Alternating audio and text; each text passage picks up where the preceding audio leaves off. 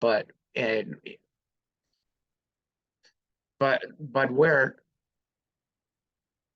necessary, I'll make some editorial, remarks, commenting.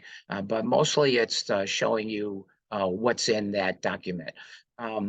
And another important document that exists is the sustainability requirements that was included in a commitment sheet that the parties signed a year ago relative to the funding of this project. Then I'm going to talk a little bit about going forward, and then hopefully give you some time to make comments and ask questions. First, just to get everybody on the same page, in case you don't know where the site is, Route 31 here going east and west, Codney Road going north and south. So north is at the top here. That's roughly the where the site is for this project. And so the focus group meeting, this was the set of slides. It was a 2-hour presentation with the first hour or so devoted to these slides, the second hour devoted to feedback from the representative groups, which were broken into two sections with a moderator provided by the Micron people. And of course, they wanted to hear what our concerns were. And so this was the one, like they opened the slide with the show with this. They showed this artist's rendition of what the factories, what the fabs are going to look like, and the build out of it. Route 31 down here, Codney Road up here someplace. In the front, you see parking, right? Fab 1 will start on this side. Fab 2 will be there, and the second phase will be down there to the east. So we had several people made presentations at that meeting. And I didn't really focus on all of these, but I was interested in, and I did meet Beth Elroy at the end of the meeting, who's the VP of Sustainability for Micron. Actually, she sat in my focus group.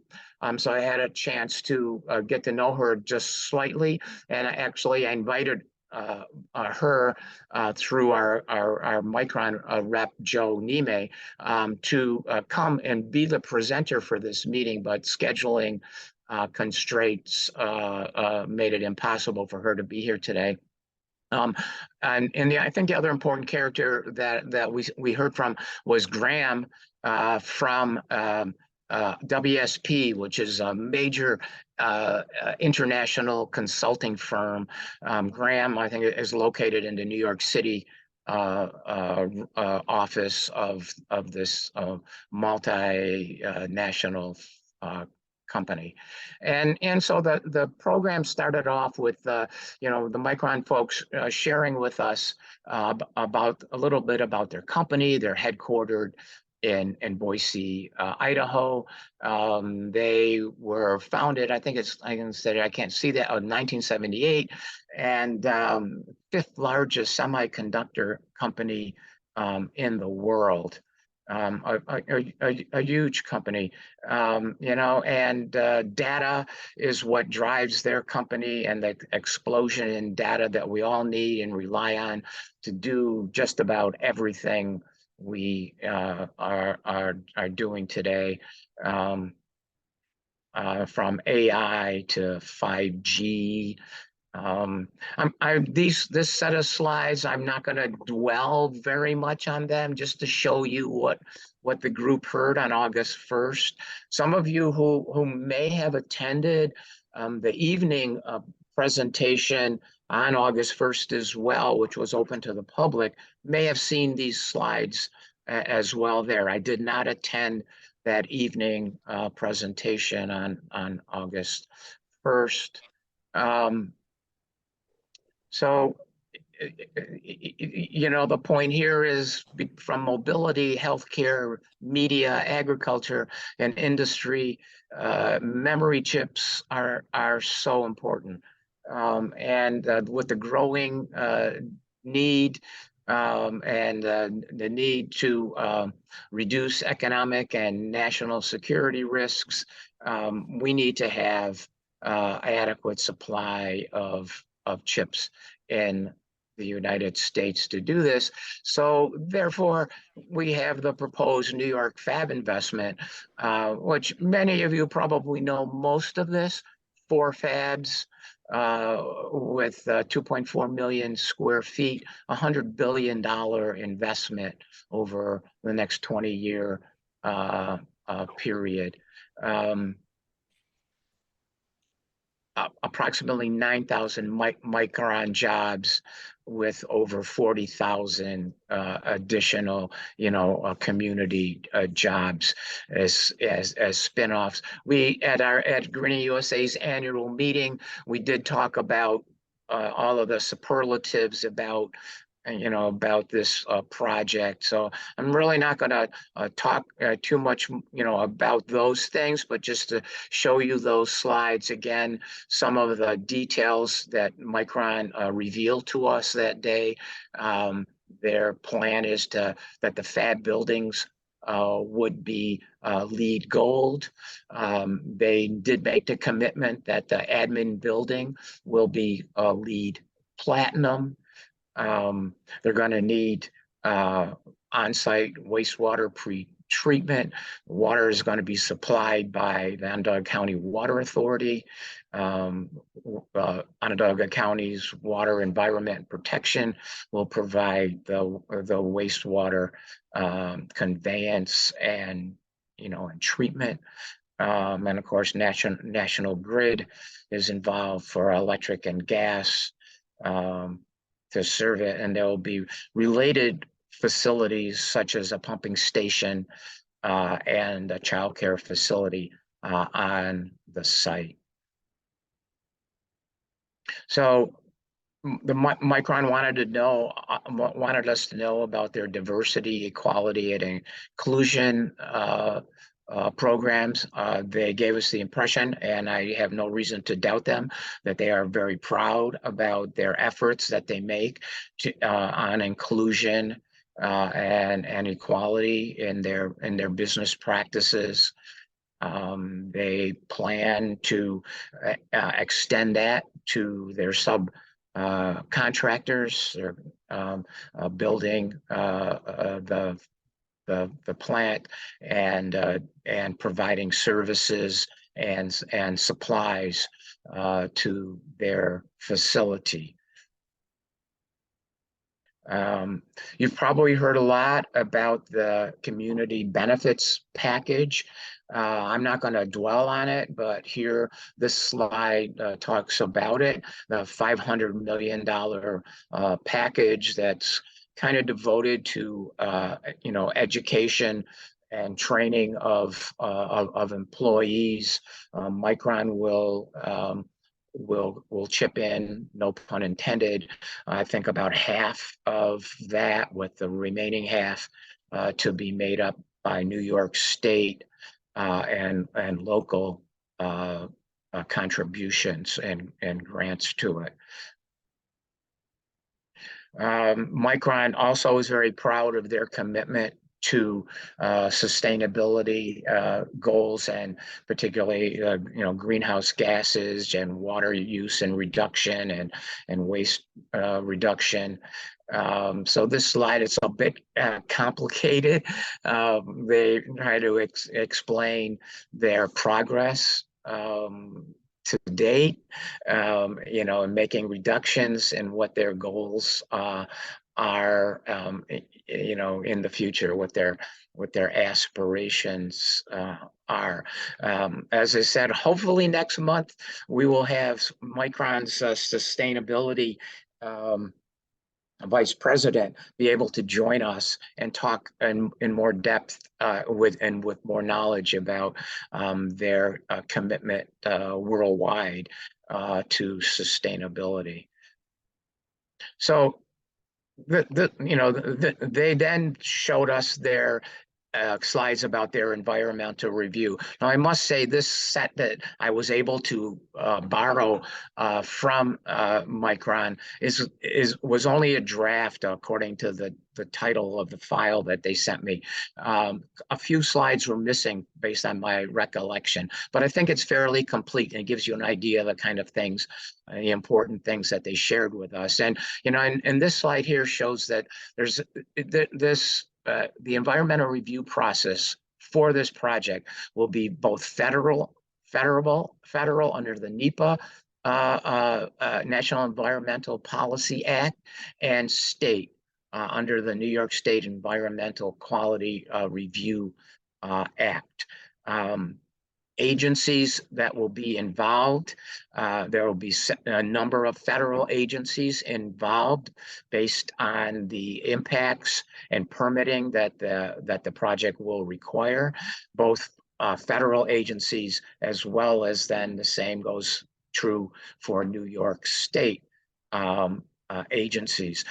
They revealed on August 1st on this slide that the lead agent for the CEQR process, the New York State process, will be the Onondaga County Industrial Development Agency.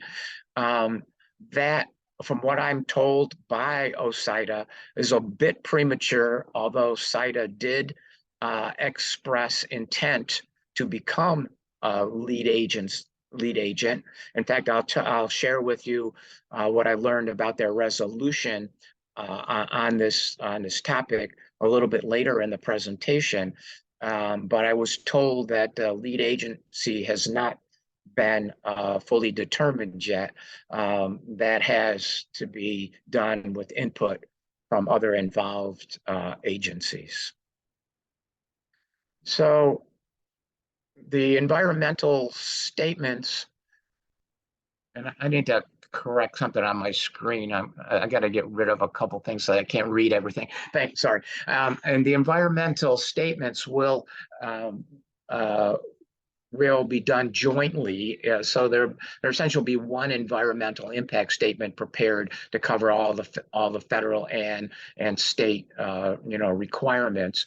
And this complicated or rather detailed slide kind of lays out the process from publishing the notices, official publication of notices, which I don't think have happened yet, and the releasing of having a scoping session with public input, releasing the draft to the public for public content.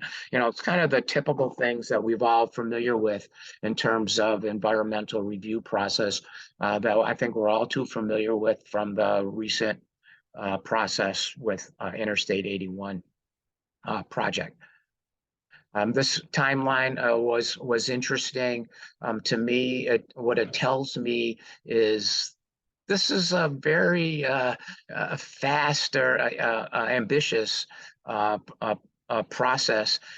Here we are in September, and which is probably pretty close because the process is probably about to get started soon. As soon as the lead agent can get determined, they will need to start the scoping or complete the scoping process with the intent to have a draft environmental impact statement in the I guess this is the first quarter of 2024, and then with the attempt to complete that process in the second and third quarters. They would like to begin construction next fall, or at least by the end of 2024. So there will be a number of studies and areas that will be considered by the Micron folks as they put together the environmental impact statements. I'm going to cover some of this stuff within these categories in the next part of another part of this presentation today. But you'll see that they're intending a fairly comprehensive evaluation of the environmental effects of this project, including traffic and transportation, which will be major thing, and SMTC will be involved in that. The state DOT will be involved, in this analysis. Air quality and noise will be important from the standpoint of not only greenhouse gases but other emissions from the plant. So yeah, specifically here, the greenhouse gas and the climate change impacts, they're promising to evaluate as part of the process. Habitat is an important aspect of this. I will show you a slide later showing the changes in quantity, the acreage changes from one forested and meadowland to develop land on this, and certainly there's opportunity there to have what's remaining as clear land done properly, and not to create any adverse environmental effects to the degree as possible. I'm sure we're going to find out that there are going to be environmental effects that are impossible to mitigate. So I think we all have to be prepared for that. Wetlands are on the site and require input from the state, and I think the Army Corps of Engineers as well, in terms of permitting this project. Cultural resources, socioeconomic effects is certainly a consideration of both these federal and state environmental reviews. And so, the effect on community resources, and they highlighted here the water and the wastewater. There are major developments, improvements, expansion of both water and wastewater infrastructure to serve this facility. The one thing that I noted here that they didn't mention is what about on schools and all that kind of thing. I don't think that was mentioned at all. They did mention solid waste. That's something that this plant will create in a big way as well. Again, I've got some details about this as we move through this presentation. So they closed, they said thanks. They talked about their evening presentation. They gave us some contact information. And so I have these again in the presentation for you if you want to follow the project on Micron's website or reach out to them by email. And so moving on to the second thing that I wanted to share with you is the resolution that OSIDA passed in July. They actually, I had a slide with the name of it, but they basically called it the seeker lead agent resolution, and which they based it on the application that Micron made for certain things from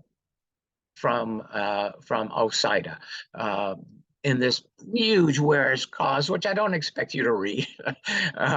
It's just there to show you. It lists the things that Micron is asking of the Onondaga County Industrial Development Agency. They wanted to acquire the land needed for the chip fabs 1 and 2, and they want it to construct the fabs and the related facilities. They want financial assistance and tax exemptions from the county, and then I put this in here because I frankly had some difficulty understanding the legalese and how this project is going to go. But I read this as saying that Micron is asking the county to construct this project for them, to acquire the land, construct the project from them, and then lease it back to Micron to use. Now, I know that's a technique I think that's used in economic development projects often, but I was surprised to read that in here, and I'm not sure if that's really the way this project is is going to progress in that, but it baffled me. I read it several times, and finally I decided that, okay, I'm going to write it here, summarize it as I read it in the resolution that OSIDA passed in July. And the action is for seeker in this resolution is summarized, and here one of the whereas clauses, the action for purposes of seeker, and they say it's based on 4 fabs and plus the ancillary support facilities, all the driveways and parking, the adjacent pump station, the child care site, all the utility conveyance sites, which I'm not exactly sure what they mean by one site, but there's Eventual 2054 provides flexibility. Okay, you can use any chemical, physical, or biological treatment process that is scientific. Could whoever, I'm having a hard, I'm not seeing your faces because of the way this Zoom works. So somebody made a comment. It might be important. I couldn't quite hear it very well. Maybe I need to figure out how to turn up my volume, which I didn't before I started talking. Can Diane or somebody repeat that and state that if that's something we all need to hear? I don't see any open mics, John, so I don't know where that came from. Okay, that's fine. I thought somebody was trying to make an important comment. I should say that, yeah, please hold your comments to the end, maybe make some notes or put a note in the chat. You have a comment about something, we're going to try to get to your comments at the end. Yeah, thanks, and sorry for that little intrusion there. So anyway, so we have this action for seeker, and the process will encompass the entire build out in terms of the seeker thing. Although I wouldn't be surprised that when the phase 2 fabs get to the point of needing to be built, that you might need to be, supplemental or EIS or something along those lines. But right now, the intention is to do the environmental impact statement and the seeker process for the entire project. And so OSIDA declared it to be a type 1 action, and they declared the intent to be lead agency for the coordinated review on this project. And sort of editorializing here, I throw this slide in here, basically with information from the state DEC's seeker handbook, talking about why agencies want to be the lead agent, what's important, and the lead agent decides the scope and acceptability of the EIS. Determines the scope and content of the draft EIS, including considering the relevant concerns of the public agencies and the public at large. And it has the authority to impose the mitigation actions on actions through the conditional negative declaration.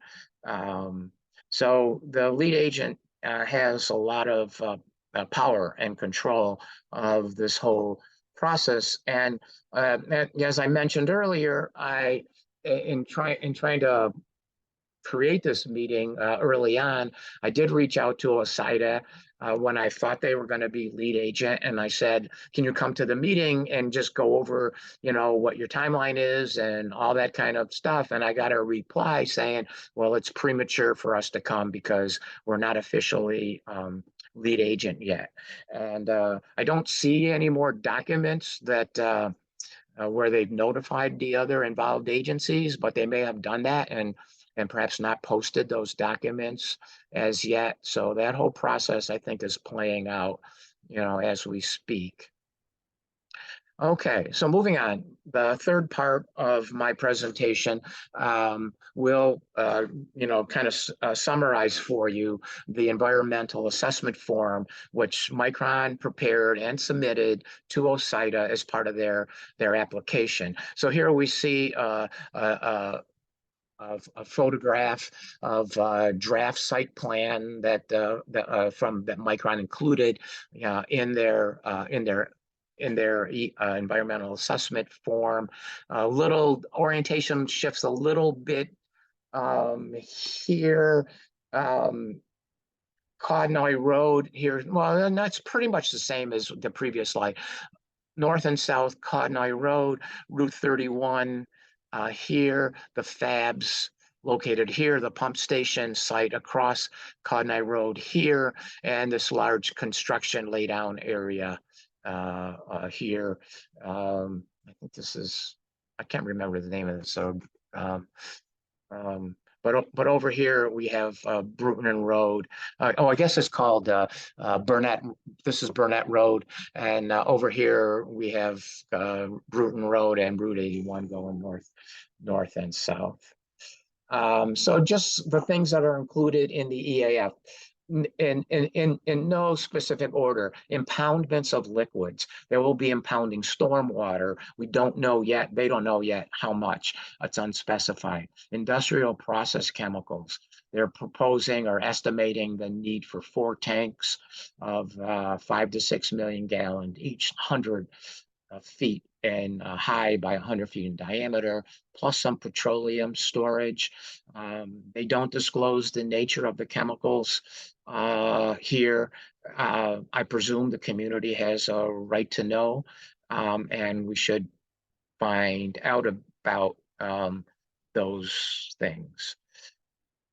Sanitary wastewater and industrial process water disposal, 8 to 20 million gallons a day is estimated. I presume, but I'm not clear whether this is from Fab 1 through Fab 4. Probably that's the case, but with that requires an expansion, improvements at the Oak Orchard water treatment plant, and plus facilities to convey that water to that plant, including these, 4 30-inch force mains from the pump station to the water treatment plant. There is an intent to treat some water so that it could be reused in their processes at the plant. So they're intending, or at least talking about, 36-inch reclaimed water supply main. In terms of potable water, 48 million gallons a day for the entire project. This is about, and I didn't double check in terms of what the city of Syracuse's most recent usages have been over the past few years. But when I worked in the Syracuse Water Department, it was about 48 million gallons per day for the entire city of Syracuse. Fab 1 will require a smaller amount, so the improvements for Fab 1 aren't as extensive, but still fairly large in terms of scope. New pumping station to get water from the Aqua's treatment plant to the distribution point, on Route 31 to get water to the plant. But the full build out will require a new raw water tunnel into Lake Ontario, expansion of the Lake Ontario water treatment plant, a new 54-inch diameter tunnel from the treatment plant to Aqua's terminal reservoir, a new storage tank, upgrades the pumping station. I mean, just an immense, expansion, and plus some relocation of some of Aqua's existing facilities in order to build out all 4 fabs. Air resources, an important thing. There's still there are no estimates of the quantities of the various noxious pollutants that DEC requires be disclosed, and the EAF. Sources include process emissions, and they talk about potentially for power generation emissions from the site. They talk about methane use related to power air pollution control, and it's possible this is what they're referring to, is that they need to create power to run the air pollution control equipment, but I really don't know much more about that. Parking, traffic parking and transportation, big issues, 30 up to 30 trucks during the peak hour, so that's a lot of truck. 12,000 parking spaces for the full build out. Improvements required and Cotton Road and Route 31. They'll do comprehensive traffic impact studies. The one thing I noticed wasn't there was any mention of rail transport in the EAF. And so I have one question is will any of these chemicals or supplies moving in and out of the plant be done by a rail transport, and what does that mean for our rail system and the public health and safety, frankly. Electricity and gas, they are talking about extending a 16-inch gas line to serve the plant, and they provided estimates of initially 7.5 billion kilowatt hours per year, and then up to more than doubling that amount for phase 2. Solid waste, 45,000 tons per year is the estimate of what they'll need to dispose of. Hazardous waste also will be created, stored, needing disposal, but none of that is disclosed. What that means is hasn't been disclosed or perhaps not even determined. They probably know some of those things from their other operations, but that hasn't been disclosed as yet. So this was, I mentioned earlier about the land use impacts, and this table was included. It's rather busy. I probably would have, if I had the time, I would have translated it into maybe a percentage chart or something to show you. But what you'll see is currently here, a lot of the land is devoted to, and this is acres, to forest, meadows, and grasslands, brushlands, and agriculture. And once with the project being completed, those will be reduced dramatically, and the amount of land devoted to roads, buildings, and improvements will take up almost half of this land. They talk about then they will have some landscaped areas. I'm not sure if that's inclusive of parking areas or just the areas outside. I must admit I didn't add up all the numbers. So I'm taking it. This is what they presented. But with this major change, there's a lot of opportunity and need for smart, sustainable habitat creation in their landscaping plans. All right, other things that they point out in the EAF that have to be considered that in sort of an addendum that doesn't get addressed, that I haven't addressed in the other slide, is noise, lighting. They'll be lighting this campus, and they do plan to do an assessment of the impacts on surrounding properties. They plan, or at least they say it's being considered, is to create an integrated pest management plan to address noxious, invasive species and non-native species over the life of the project. And of course, they're going to do the evaluations of historic, visual, aesthetic, and natural resource conditions and impacts. At least they should be doing all of these things.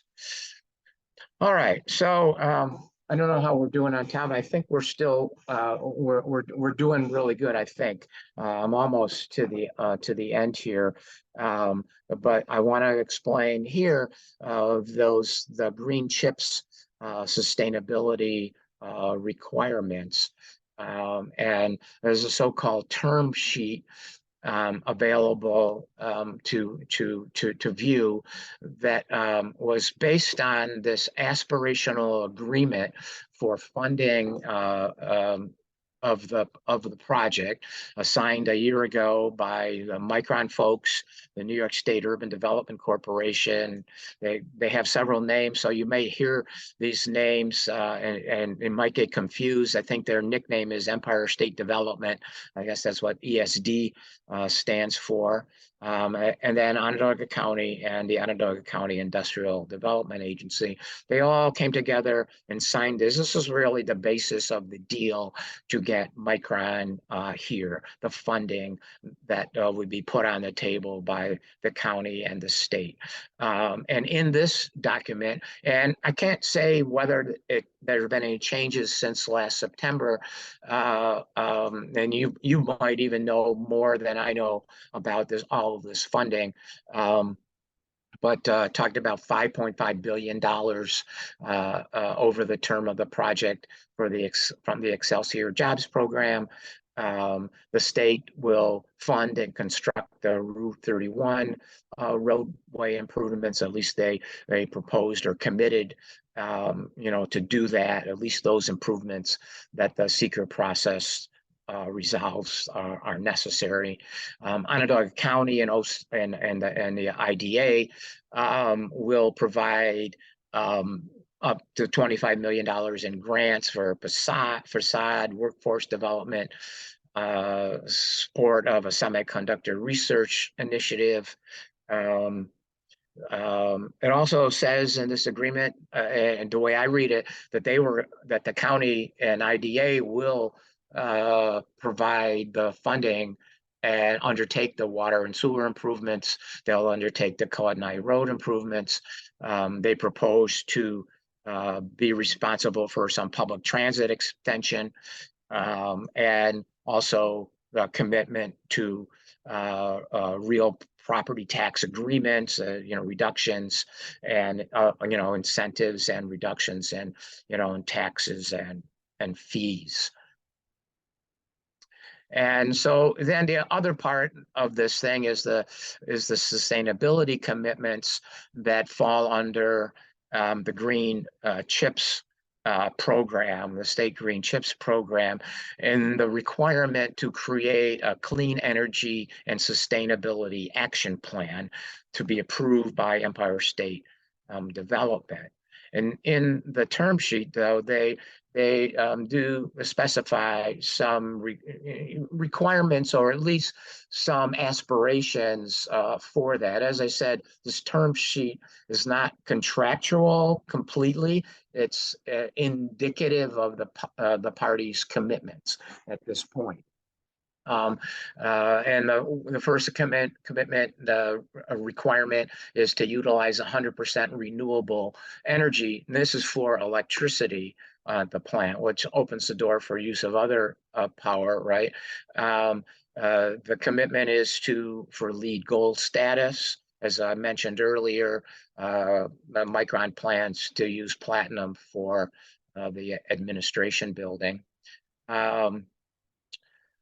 The commitment for charging and fueling charging stations for the clean vehicles at the plant for contractor use and for their fleet, water conservation and efficiency measures, waste reduction, avoidance programs, and in terms of the greenhouse gases and the renewable energy requirements, to use best available technology for emissions, for the greenhouse gases, commit to meeting applicable and mutually agreed emission standards for the fabs that are reasonable and achievable. Maybe on my part, that's kind of an editorial comment. Those are kinds of things that I've heard from other people that have read this document, that, yeah, a lot of the stuff in this term sheet at this point are reasonable and achievable,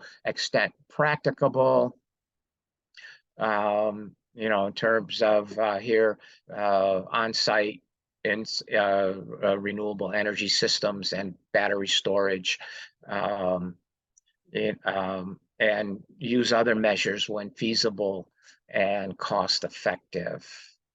And also it, stipulates that where feasible and cost effective, green hydrogen, to replace the natural gas requirements for this project, and that Micron is sort of required or being asked to support the New York State Hydrogen Hub proposal, which I can't really explain that today. We probably could spend another whole hour on a lot of that stuff, and I'm sure some of you are more familiar with that initiative than I am.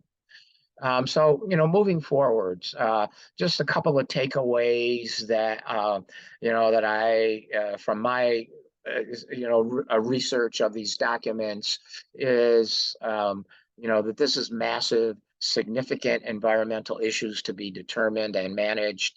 The secret and NEPA processes will get going pretty soon here.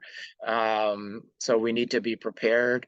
There will be significant capital outlays by New York State and Onondaga County to support this project. Central New York will grow, but we haven't talked about that in this presentation, and the environmental impacts and aspects of that growth not yet really been fully talked about.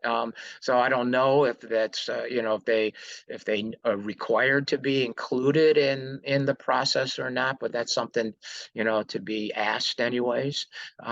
So Greening USA plans to host additional programs designed to educate and inform the public, like this one today, and hopefully have Micron and county officials come and explain some of the stuff, answer some more questions. This project has created an impetus for closer collaboration between Greening USA and other environmental and sustainability organizations in Central New York. But more importantly, there are likely concerns that are not yet listed in this scope that I presented here that need to be included, and that's where again the environmental community and you come in to try to help get the scope for the environmental review right for this. And and that's where this, we're calling it as a working term at this point. Nothing official have been set in stone. So-called CNY Sustainability Coalition. Maybe it wants to be called Sustainability Working Group for the Micron project or something. But Climate Change Awareness and Action, CNY Solidarity Coalition, the Moving People Transportation Coalition. We did have a representative of the local Sierra Club group, meet with us, and also Citizens Climate Lobby. So hopefully we can build, a way that we can continue to stay in touch about this project and work together, because working together is, will help. And will help the project and help the community. So, we want to improve communications, between the like-minded groups, on this. And, we'll strengthen each other. Many of us are just volunteer organizations like Greening USA. We're an all volunteer organization. So the more hands we can have working, the better. A couple of the links that I use to are here. The OSIDA project documents in particular are posted here on the OSIDA website. You can probably find that easily enough. Micron's website for the New York project. Something that was brought to my attention this week is that on September 14th, a week from yesterday at 8 p.m. on WCNY, On the Money, we'll have the premiere episode for the season, and it'll be an hour-long episode or program on the Micron project. So it's something you probably want to try to remember to check out. Before I came into my computer this morning to do this project, I went out for a little walk in my neighborhood, and I walked by one of my neighbor's properties that had these plants growing in this habitat garden that runs along their sidewalk and their side yard, and probably even their backyard. I snapped these photos that just basically say, this is what it's all about, isn't it, folks? We're all in this together, and we only have one of these places to live. So thank you for your attendance today. It's your turn now. Put the word question in the chat, or write your question out, and we'll ask it for you. Please mute your mics until called, and I'm going to undo my share so that I can see all of you. And in the meantime, Diane can kind of get the Q&A and your comments going.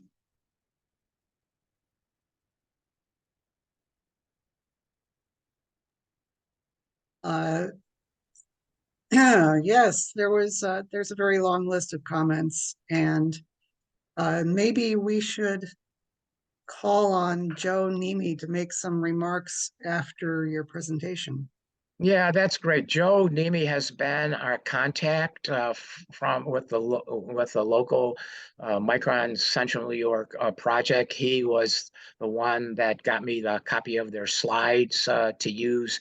He's the one that invited us to Greening USA and others to the meeting, the focus group meeting. So Joe, we appreciate your help and helping us understand this project. But Joe, do you have something you want to add, as Diane requested? Yeah, thanks, John. A good presentation and a good summary of what was discussed a few weeks ago. I think the first thing I want to share is that John and I have been in discussions of having Beth Elroy, Senior Vice President for Environmental Health and Sustainability, join one of these meetings. We tried to get her to this one, but some scheduling conflicts didn't work, so we're aiming for either October or November. So I will say that I would ask that you save some of the more technical questions for her, but if you have questions today, I would do my best to answer them in the capacity that I have. And I hope that, you recognize that there is going to be continued conversations, focus groups, dialogue with regards to the facility and the plant, both ones that are required through the environmental processes like CEQR and NEPA, but also ones that the company will be holding on its own just to be inclusive and to share things about the project. So. Thanks, Joe.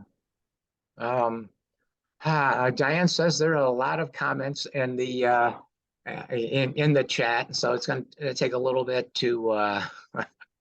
Mary Kuhn said something. Mary, I think you got the first comment in. Did you want to vocalize your comment or say your thoughts? I'm not sure which one you're talking about. I have a couple. One of my Okay. first concerns was about the question about OSIDA being the lead agent. It seems to be a not neutral kind of entity, since there is a great focus on making sure this project happens. And I think I hope that doesn't happen, that there's a more neutral lead agent. Yeah. I mean, good point. I mean, I thought of the So same what's the thing process myself. for that? How, Joe, Yeah. maybe Joe could help us understand. Yeah. What do they do? How do we know that? Well, look, Mary, the secret process is overseen by the state of New York. So and as far as OSIDA being the lead agency, it's my understanding that that's not all that unusual for projects that OSIDA does or projects on OSIDA owned land. But as far as things being, the secret process is not a subjective process that an entity can fluff things, right? The state of New York oversees that process and will be in charge of making sure that anything put forward by OSIDA is going to be above board. So, but I also don't want to go speak too much for OSIDA. But again, not an unusual step for OSIDA to declare lead agency on one of its properties. Right. Yeah. And ultimately, I mean, I read, you can go and read that secret handbook to try to get some insight. I think the decision is kind of consensus of the involved agencies, who should be the lead agent. Ultimately, if there's a dispute, I think the commissioner of the DEC has the power to select who the lead agent is, from my quick and dirty review of that. Barry, does the lack of their presence imply? Okay, yeah. I mean, I'm not sure that that's a fair, a fair comment. You're probably referring to maybe OSIDA or to Micron folks, but certainly Micron is here. We explained the problem with trying to get Beth and her schedule here, and we're going to work towards so getting that. And yeah, there are many pieces to this. In one sense, it possibly was good that it worked out, that you got to hear our perspective, the environmental community's perspective, because we have had a couple meetings with some of the groups, and so we have shared thoughts and concerns already a couple of times together. But yeah, I mean, it's, in one sense, it's kind of par for the course for these big projects that are tied into the community. They sometimes there's some turf that people will like to defend. That there were a number of people who do share in pieces of this that I noticed did sign in, and I don't know, or at least register for a link. Center State CEO did register for the link. I don't know if they're with us today, but I think we all need to just yes, be on our guard and work towards developing those relationships and try to work together to make this happen in the best way we can. If I could jump in for just a second, John, and say go ahead, something and I appreciate the help. and save you. No, you've been doing a great job, John. I just wanted to say, when you talked about the CNY Sustainability Coalition, that's the reason we need a sustainability coalition, because First, we want to share information across the local concerned groups. And there's a huge number of local concerned groups in Central New York, so that we don't keep asking the same questions over and over and over, that we bring all of those questions together in one source. Also, because of, I believe I mentioned it before, the diversity of expertise that's required. After listening to the presentation you just did, you can see that this is crossing incredible multiple disciplines, and we need that number of disciplines to just ask the right questions. But we don't want to be in danger of asking the same questions over and over and over and over when the question's already been asked and answered. And it would be great to have one resource where questions and answers are available to the public. That's all I wanted to say. Yeah, and and I'll add to that, from looking at trying to scroll down through the chat, some of your questions this morning are kind of, to want of a better term, getting into the weeds on this stuff. We probably can't provide those answers. I see this one by Greg. Talks about the solid waste and the residuals program. I noticed there were a few people from the Onondaga County Resource Recovery Agency that did request a link for today. I don't know if they're here, but it's those kinds of questions we need to get, and if they're important, to make sure they're included in the environmental review process and get answers for that kind of stuff. I don't know that we can have them all today. We obviously can't have them all today. Al has his hand up. Let's recognize Al Sturpey, who was gracious enough, who is our assemblyman, who represents this area of where this plant is, and was gracious enough to be a keynote speaker at our annual meeting in the spring. Al, what would you like to say? Well, I've got a couple of questions and maybe a comment. I noticed on a couple of your slides, you had the one that had the very dense, like, agreement, and you said you're not going to read this, and then the next one was about the seeker, which the one with the seeker included the entire area, the 4 fabs, but the agreement itself, I think I read, only involves fabs 1 and 2. Am I correct, or is that wrong? So Al, maybe I can help. So in the agreement, in the term sheet, referring to phases 1 and 2, phase 1 is 2 fabs. Sorry, that's my dog barking. Phase 1 is 2 fabs, phase 2 are the other 2. So when in term sheet you revert to phase 1 and phase 2, it's actually referring to all 4 fabs. Okay, because it only said, it said it was,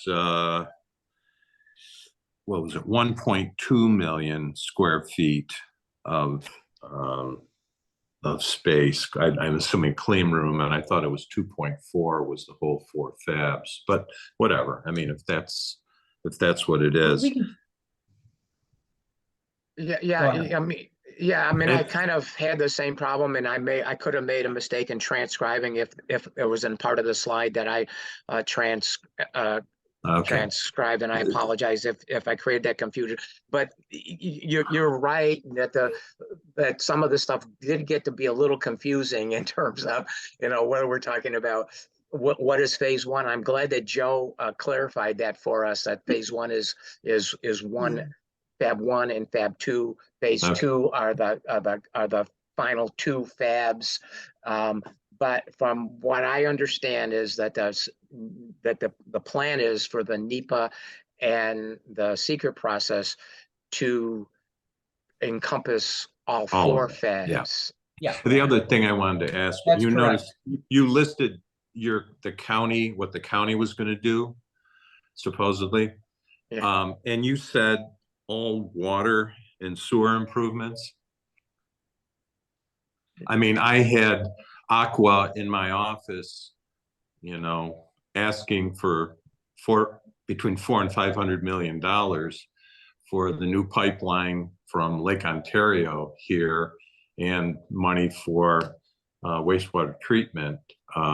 last time I saw Jeff Brown, he said we've cut it back to, I don't know, 440 million or something, but is the county going to pay for that? Well, again, it's hard to know from the way I read I think the term sheet. The county and OSIDA are committing to these improvements that are Okay. required for the plant. How the county and OSIDA plan to pay for that, I have no idea. Whether OSIDA will have to issue bonds to pay for all of those things, whether they will go hand in hand to the state of New York to fund those things. I think we need to know about those things. I think the community will want those answers. And what are the impacts of those funding, Okay. requirements, on this project? Yeah. The last thing I'm on this state is, what I guess I don't understand about the gas lines that are going in. Why wouldn't a new, based on the Climate Leadership and Community Protection Act goals, why would a new construction of this size not utilize geothermal heating and cooling? I mean, there's a lot of land they could even do horizontal piping and everything. They don't have to drill all the wells 15,000 feet down. And it would save them probably at least 40% in operating costs going forward. If they're really looking to be environmentally, conscious and everything, I would think they'd do that. What I've started doing, every grant I give out for any kind of construction project now, I require them to use geothermal heating and cooling, because I don't want anything built going into the future, that has old fossil fuel infrastructure that's going to be around for 50 or 60 years. So maybe that's just for Joe, just to take back. I think I could help answer that a little bit. So Okay. the HVAC system, the heating and cooling at the facility will be natural gas free. Cooling will be done using electric chillers, which are 100% renewable electrical energy and fossil free. Heating will be done via heat recovery systems, which also do not use natural gas.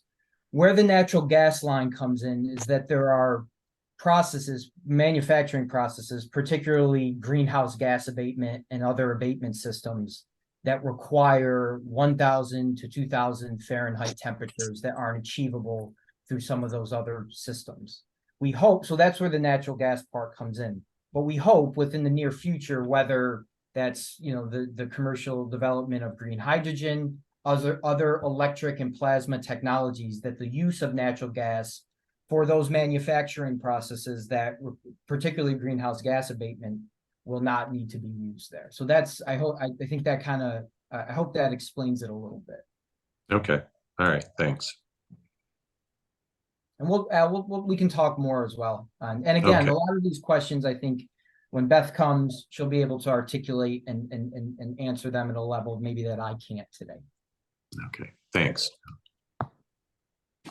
Yeah, so I'm scrolling down through here, and I thanks Dave Mankiewicz Barry has had his for. hand up for a long time. Your hand must hurt at this point. Barry, did you want to ask your question? Yeah, let me just say this before before I lose this thought. I was thanking Dave for clarifying about the arrangement here. It's in the chat about how these deals work, so everybody can kind of read that themselves. Barry, go ahead now. Sorry. Diane, thank you. My hand does hurt. My head hurts. My heart hurts. This, with no reflection on any individual, including John, seems to me like we've just sat through a big sales pitch for Micron. Micron is extremely technical, extremely powerful. It will have an effect on all types of life in central New York and maybe beyond.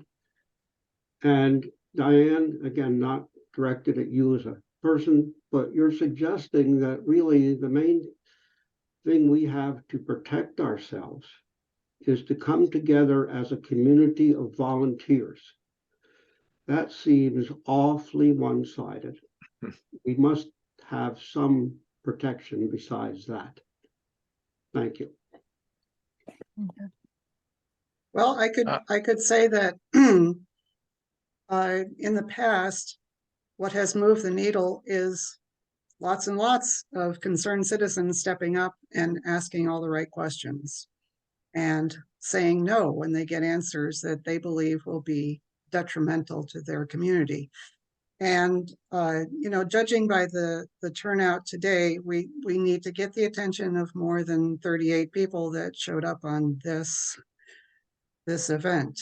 And I don't know how you inspire people to become more involved. And all I can say is that for 20 years, Green USA has asked the good people of Central New York to get involved with their community and to come together and to ask all the right questions and be very careful about how the community moves forward.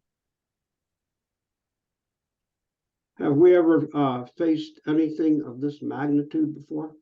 Not in Central New York, I don't think. Well, you could probably roll back the clock to when GE put in that massive campus in Liverpool, or when Carrier invented air conditioning and took over, the East Side and DeWitt. Those were, massive That's projects. really rolling it back. A lot more information is known now, and we're in a lot more critical situation. We're facing a lot more critical situation now than we were. And we believe it. We believe that people need to come together and ask all the right questions. So we're inviting you to be part of the conversation.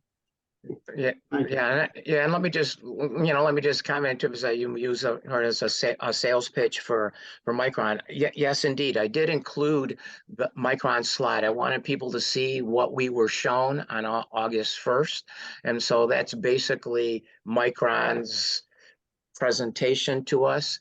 Since many of you didn't have the opportunity to be invited or there, or might not have seen it, I wanted to sort of have you have the experience of seeing that. So I didn't intend it as a sales pitch for Micron, but as a observation of the things that have taken place in the community relative to this, just as a way of informing those of you that might not have been informed about, some of these things, that should have like open the book and show people the things that are out there, and to create this kind of interest in the project.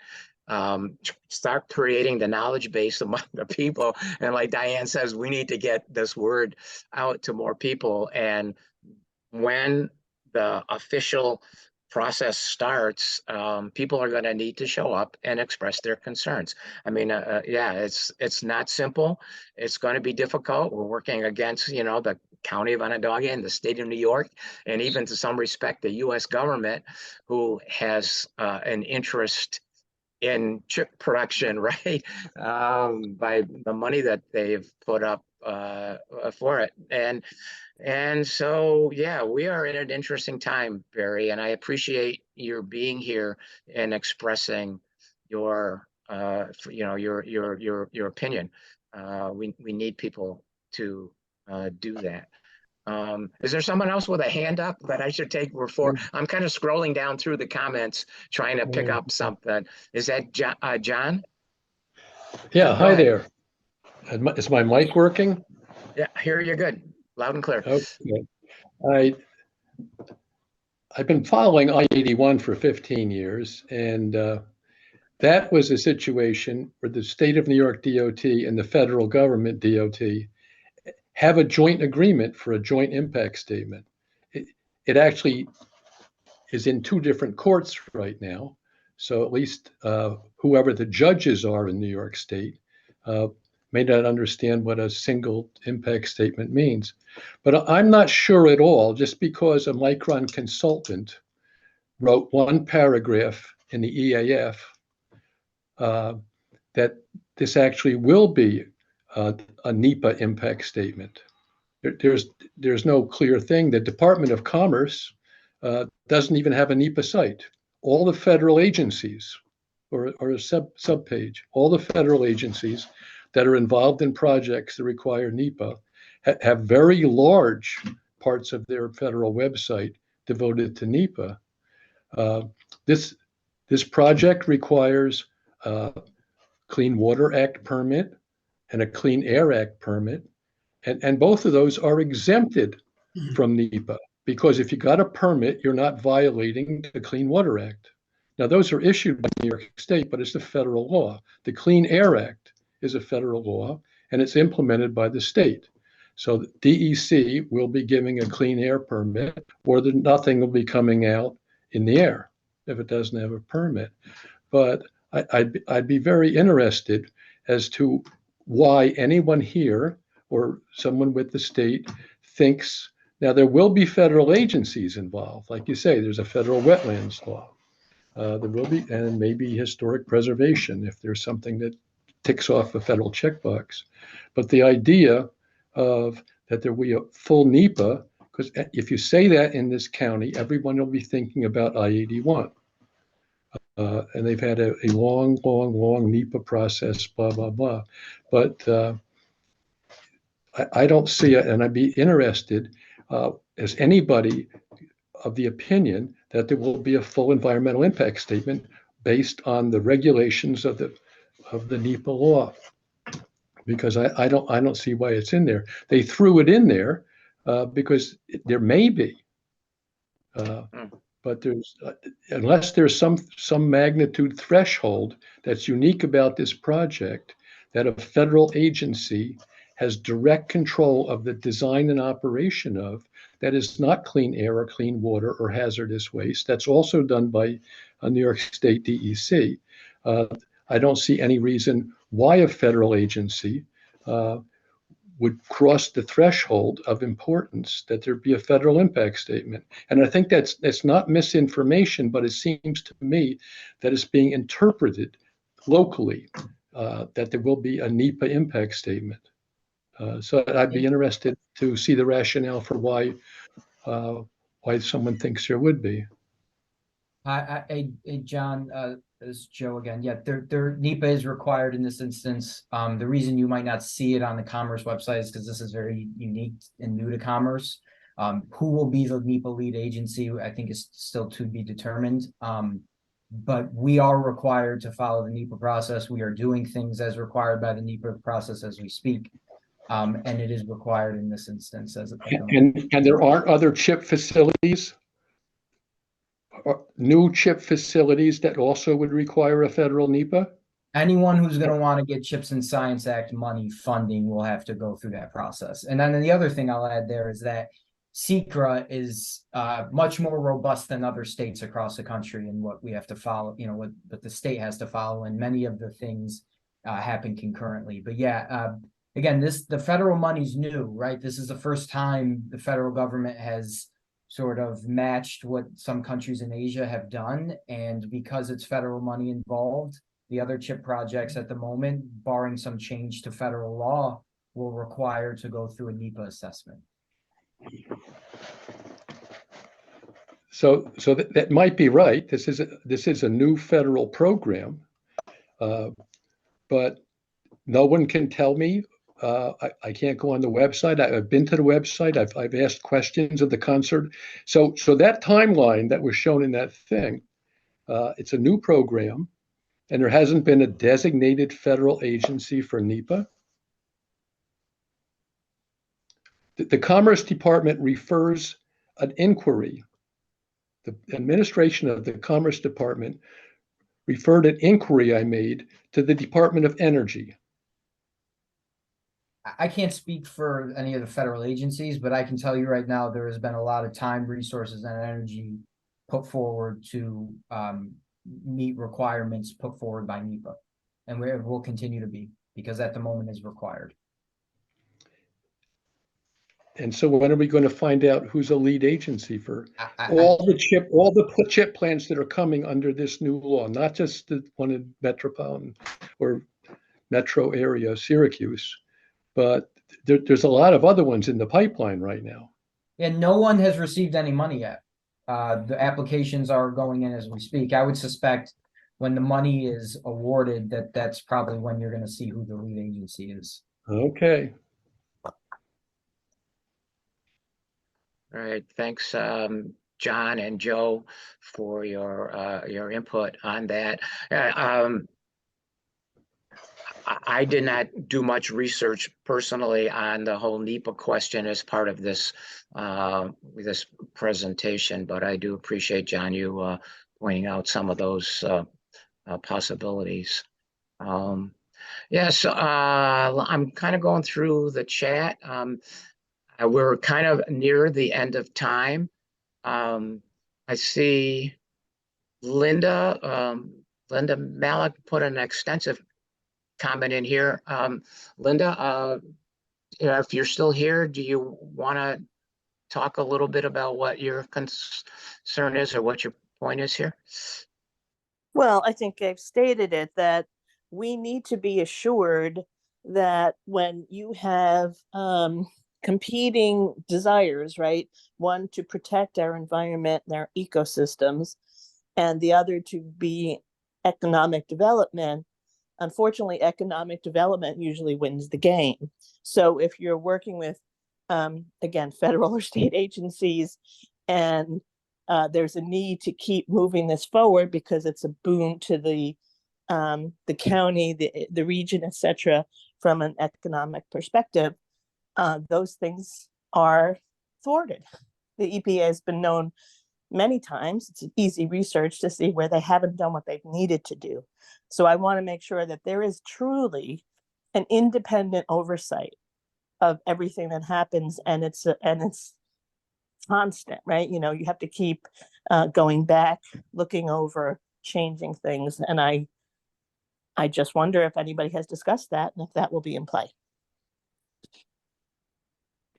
Yeah, it's a, Linda, it's a, it's a good perspective, and probably something that needs to be discussed. I think Mary, pointed out that similar concern, and yeah, as a community, this is something that nobody has experienced, like we said, nobody's experienced before, and very complex. We didn't even talk about, the population growth of Onondaga County, or although the population growth, I should agree that it's not just Onondaga County, it will be spread a little beyond Onondaga County to the other surrounding counties, so it may not impact Onondaga County as much, but the tremendous other impacts of this whole thing for us to relate to and stay on top of. So I don't have any more answers about that, but we will do our best, and hopefully you will do your best to stay with us on this and help this process along and move in the right direction. We usually close at 1:30. Maybe I will give the opportunity for one other person that wants to raise a question if there was something said in the chat. I see that Peter McCarthy, and I did. I'll recognize you, Peter. I did read your comment about the rendering in the tanks, and I had the same kind of thought too, because one of the early comments we had after that presentation that Micron made with the image of the site was, how come there's no solar panels shown on the roof? Peter Worth raised that, and I said, well, maybe it's roofing materials that they're going to use rather than panels. But when I was doing thinking about those tanks, I said, how come there's no tanks shown on that site? Go ahead, Peter. Yeah, thanks, John. And you just raised my question for me. I live in a 200-year-old house and I get all my electricity from my solar panels, not my heat. Micron's got acres of rooftop and parking lot.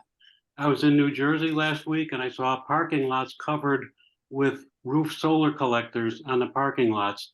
They're going to use a lot of electricity. Al Sturpey raised the geothermal question. I'm hoping someone takes a very careful look at the overall energy use. Joe Nemi explained they need gas for manufacturing. Their electricity, they're saying, is coming from renewables. That's going to mean a lot of hydro, which is then going to take hydro away from other people using renewable. Why the roofs of those fabs and the parking lots shouldn't be covered with solar collectors, generating a lot of their electricity. I don't know what percentage it would be, but it would be Peter, significant. Yeah, I think you could expect to see updated renderings soon. Is Micron making a commitment to solar? Well, there's going to be updated renderings that will kind of address some of those things very, very soon. And as soon as I can share the renderings, I will share them with the group. Thanks, Joe. Yeah, well, thanks, Peter, for that. And you do raise a point about the energy use, you know, within New York State's energy availability is something that needs, I think, to be considered in the review process. Is we have some, state goals that are telling us to add renewable energy, but then we've got a competing interest from new demands on the whole system. So I think we need to, those things need to be considered in context of each other, and as we go forward here, for sure. And a lot of questions still. A lot of room for future presentations to hear about this and for people to work. I think it's probably good that we leave it there at this point. I did see somebody said about, can we share this presentation?